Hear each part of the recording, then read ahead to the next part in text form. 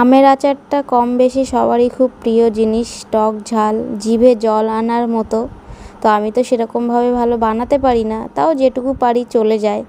So hello everyone, good morning. তো তোমরা সবাই কেমন আছো? আশা করি খুব ভালো আছো, আর আমিও খুব ভালো আছি।